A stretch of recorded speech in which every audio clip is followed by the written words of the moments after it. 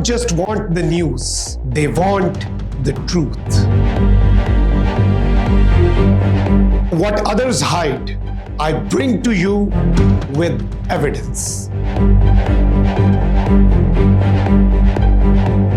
Politics, corruption, human rights. No filters, no fear, just facts. I don't stop until the system shakes.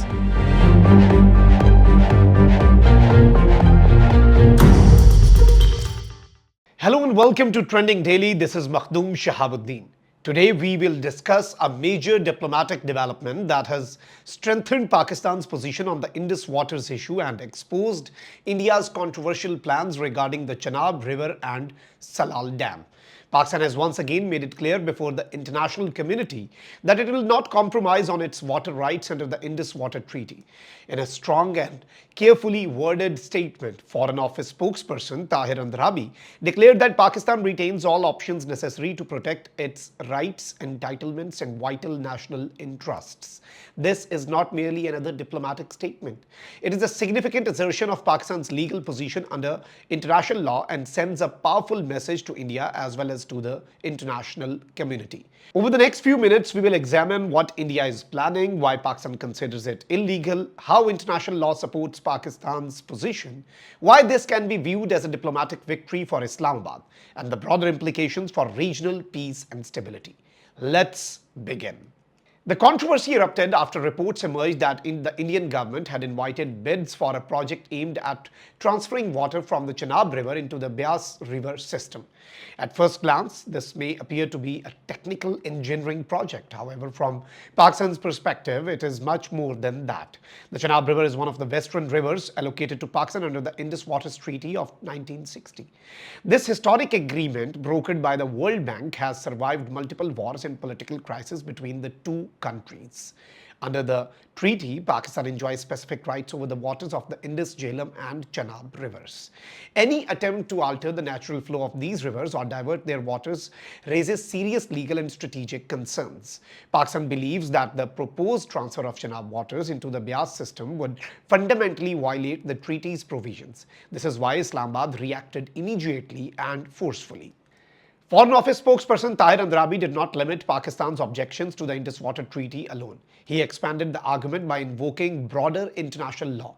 According to Pakistan, the proposed interbasin diversion would violate, number one, the Indus Waters Treaty, the Vienna Convention on the Law of Treaties, international customary water laws, principles reflected in the 1997 United Nations Convention on the Law of Non-Navigational Uses of International Water Courses. This is a very important diplomatic strategy. Rather than presenting the issue as a bilateral dispute between Pakistan and India, Islamabad is internationalizing the legal dimensions of the matter. Pakistan is effectively saying that this is not merely a disagreement between two neighboring countries. This concerns internationally recognized principles governing treaties and shared water resources. That significantly strengthens Pakistan's diplomatic position. When state is accused of violating not one but several layers of international legal obligations, the matter attracts broader international attention. Many analysts consider Pakistan's latest response as a diplomatic success for several reasons. First, Pakistan has framed the issue in legal terms rather than emotional or political rhetoric. International forums generally respond more positively to arguments based on treaties and legal commitments than to purely political accusations. Second, Pakistan has demonstrated consistency. For decades, Islamabad's position has been that disputes over shared waters should be resolved through treaty mechanisms and international law. The latest statement reinforces that narrative. Third, Pakistan has publicly highlighted India's failure to communicate or consult regarding these projects. According to the Foreign Office, India neither officially informed Pakistan nor sought consultations. If accurate, this becomes a significant diplomatic point because transparency and information sharing are essential components of cooperative river management. Fourth, Pakistan has presented itself as the responsible actor. While issuing a strong warning, Islamabad simultaneously emphasized dialogue, restraint, and peaceful dispute resolution. This balance strengthens Pakistan's credibility internationally. Another important issue raised by the Foreign Office concerns the Salal Dam in Indian illegally occupied Jammu and Kashmir. Pakistan has expressed serious concerns regarding the proposed a silt flushing operation at the reservoir. Many viewers may wonder why silt flushing matters. Normally, reservoirs accumulate sediment over time.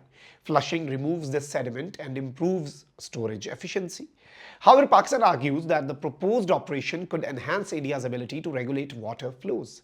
According to Islamabad, this would provide water control capabilities that are not permissible under either the Indus Waters Treaty or the 1978 Salal Agreement.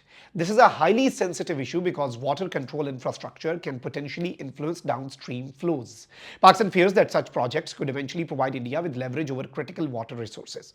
Whether these concerns materialize or not, Islamabad has successfully placed the issue on the diplomatic agenda. Perhaps the strongest phrase used by the Foreign Office was the allegation that India seeks to weaponize water.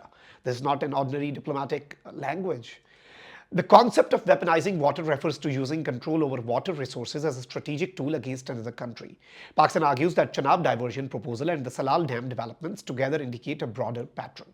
According to Islamabad, these projects could threaten Pakistan's agriculture sector, food security, economic stability, regional peace. Water is the lifeline of Pakistan's economy.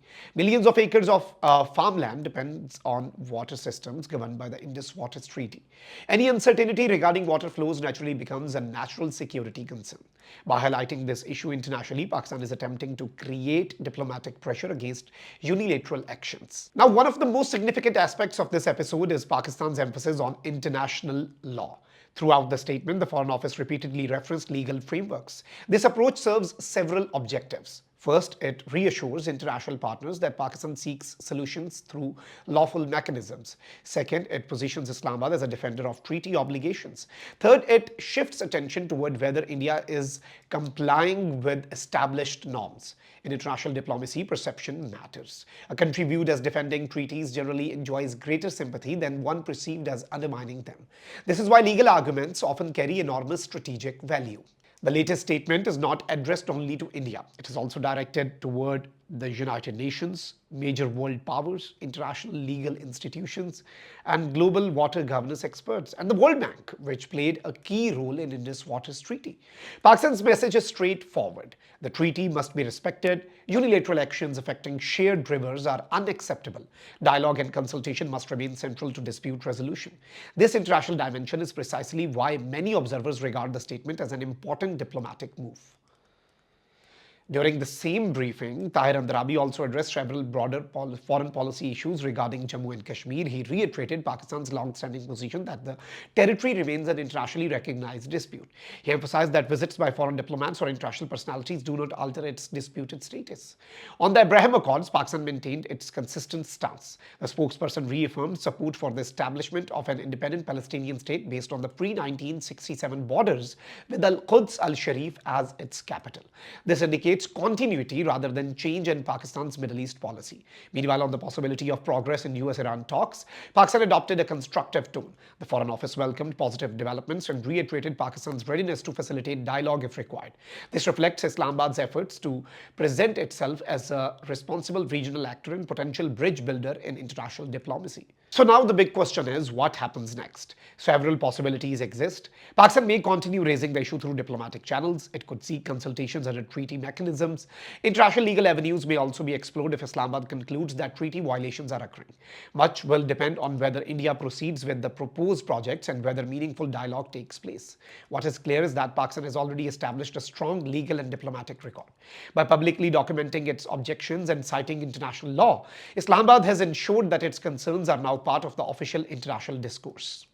To summarize, Pakistan has issued one of its strongest recent statements on water security in the Indus Waters Treaty. It has accused India of pursuing projects that could violate treaty obligations and broader principles of international law. It has challenged the proposed Chenab to Beas water diversion. It has raised concerns about developments at the Salal Dam. It has warned against the weaponization of water, and most importantly, it has presented its case through legal and diplomatic channels rather than confrontation. For these reasons, many analysts view this episode as a significant significant diplomatic achievement for Pakistan. The battle over water rights is far from over, but Islamabad has succeeded in placing its concerns firmly before the international community while reinforcing its image as a country seeking resolution through law, dialogue, and established international norms. Thank you for watching. If you find this analysis informative, please like, share, and subscribe. Let us know in the comments. Do you think international pressure can ensure compliance with the Indus Waters Treaty? Allah Hafiz.